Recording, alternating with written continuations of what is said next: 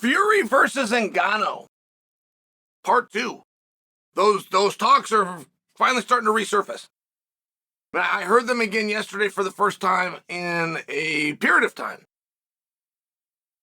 A lot of reasons why that died off, right? I mean, what a special event. In my entire life, I have never witnessed a sporting event be talked about more after the fight than it was before the fight, or just the event. I mean, it could be any sport that you want. I've never seen something discussed more once it was done than it was prior to it happening. I don't think that you would have any example that would come close in your own experience. I'm sharing mine, but I think you can relate. So, if there was ever time to do a rematch, I mean, if there was ever a time in history to do a rematch, that was it. But it was met with difficulty. One, because the fighters were very polite. They were nice to each other. They didn't demand it, right? They came out a little hotter afterwards, or maybe on social media, but if they would have put some of those hotter quips in that very moment, it really could have helped to elevate that. But they were met with a nearly impossible task, which was Fury's already signed to fight Usyk. Like, the piece of business that I'm here and would like to get going, I can't, because that weird sounding dude in the front row is about to get in here, and he's already got a date of December 23rd. Like, whatever I do will be pointless. It will be impossible. I understand that. I do understand how difficult those things were. And now, as a little bit of time has passed, and now that we're having our second wave, our second round of talks about Fury and Ngannou, you are left to ask yourself, right? If you're attempting to guess whether or not this will happen, if you're just trying to guess, could you get those two athletes together again? You put yourself in their shoes and say, well, what would I have to gain? If I was there, why would I want to do it? Now, I understand this is not business. This is not about spending money with a hope of getting more money back. So it does change the way that you have to look at it if you're attempting to make a prediction. When we realize this isn't business, that these guys don't have to make money to satisfy the notion that somebody will still put this event together. When we realize that, we're now left to, what would Fury get out of that? What would Fury get out of that? Have you guys ever had a close one? You ever had a close call? You ever been in any kind of a sport and you had much more experience and all of a sudden a match turns out to be a lot closer than you thought it was? I mean, it could be anything. Anything that you're playing where you think that you would have an upper hand. I've competed with 10 people who've competed with this person. I beat all 10. All 10 beat this person. But for some reason, this person is giving me real problems right now. Why would you give them a rematch? If they couldn't get back to you, I mean, at some point, you're going to say, okay, look, I let you cut the line. I let you do all of those things. And whatever happened, whatever style, whatever matchups, and whatever that was a problem, you versus me, I have beaten these people. In a standard format, you would then have to beat those people to get to me. The first time, I didn't make you do it. But this time, I am going to make you do it. That would be very reasonable by Fury. I don't predict that he's going to do that. I don't predict that he's going to do that because I think the allure to the second fight is the same as the first, which is a pure cash grab.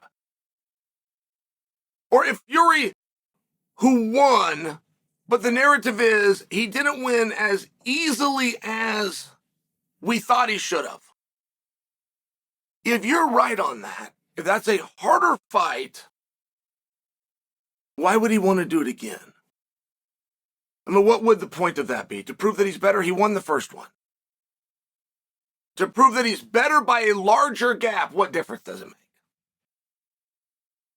I mean, just so you know, like the athlete mentality, in case you don't have one, I mean, I'll just share it. I don't mean to be condescending. He does not need to prove that he's better by X amount, just that he's better. That's all. Anyone that's ever set out to win the Olympics or the NCAA or their state championship or any championship for that matter has never thought, I will not be satisfied unless I win by 5 points. Like, that's just not a thing. Any race or anywhere that you want to do it, they've never thought, I will not be safe. If they win and they have the gold medal, whatever it was, come hook or crook, the other guy slips on a banana peel, it doesn't make a goddamn bit of difference. You won or you did not win. So when you have a guy that did win, why is it that he would fight again? And again, if we're just talking about money, I can sit down and shut up right now.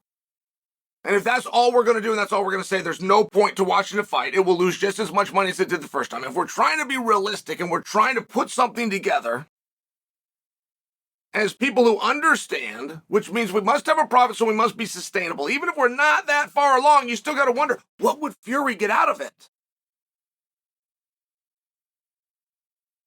If Fury goes out there and he gets the same result as he did last time, he's now won, but he's won twice, but there's a narrative over the top of it that he didn't win by as much as he should, and okay, fair enough. But if I'm dealing with Crazyville, right, if I'm a person and I'm trying to appease an audience of strangers who I haven't met, but they're my audience and they're my market, once they identify themselves to me that they live in Crazyville, my desire to appease that market goes away.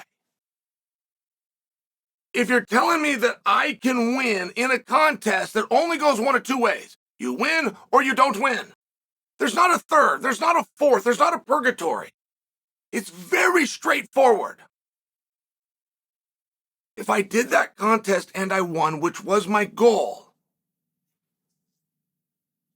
but you're saying I have to do it again and I have to win again, but I can't just slip by. It can't be close. It can't be hard. It can't show grit. We can't have a real stylistic problem here. We can't have anything. I have to absolutely dominate this person. That is just a criteria that I wouldn't want to be met with. And if that's the criteria that you're going to judge me on, I'm not going to do you the favor, which is to go out and do the match. It doesn't do anything for me. I don't get a belt. I don't get a title. I get a bunch of money. That's really nice. I got a bunch of money. I did it for your approval, and I did it successfully, and I saw what you saw, and I felt what you felt. And it was a lot harder and a lot closer than it was supposed to be. Well, what do I get out of doing it? This guy doesn't have a championship. This guy's not under contract. I don't get to steer his career. I don't get to do it. I don't even get to come over the top of him. I don't get to do anything because he's not part of the organization, because he's not on contract. He was loaned out on a one-off.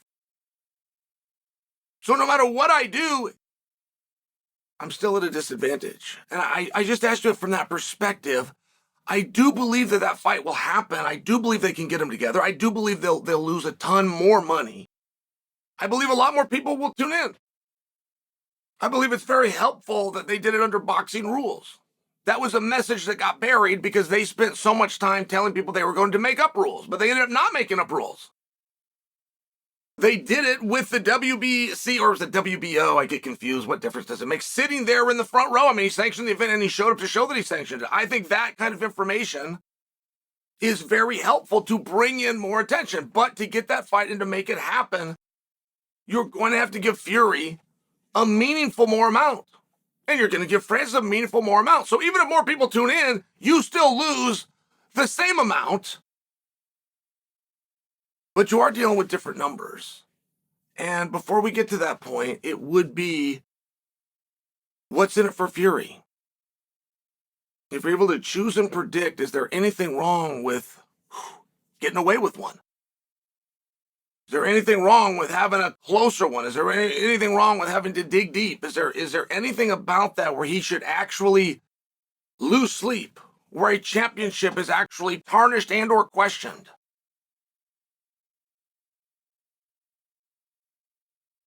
Fury versus Ngannou Part 2. I would predict for you that it's going to happen. But like in a relationship, one person's going to care more than the other. Francis would clearly care more in this situation about having that match happen, clearly.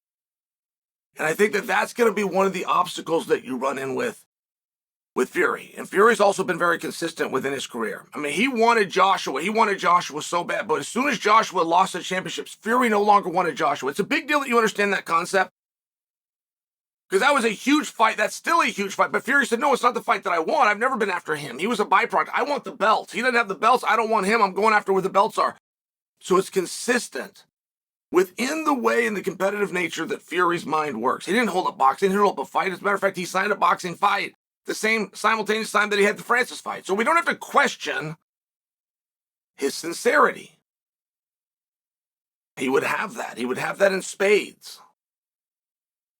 But it's still a difficult match to get these guys together if there's no gain and there's no loss on Fury's side.